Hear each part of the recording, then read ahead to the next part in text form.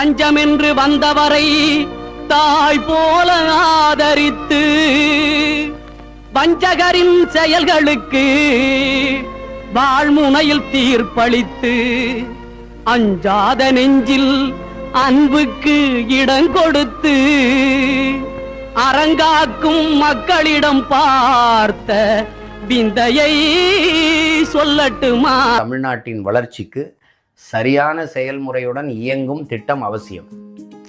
நாட்டின் உண்மையான வளர்ச்சி எப்போது நிகழ்கிறது? முதலில் நீர், பின்னர் வயிற்று பசி, அதன் பிறகு உயிர், பின்னர் அறிவு. அறிவினால் வரும் பயன் அனைத்தும் ஒருங்கிணைந்து செயல்படும் பொழுதுதான் நமது வளர்ச்சி முழுமையாக நிறைவேறும்.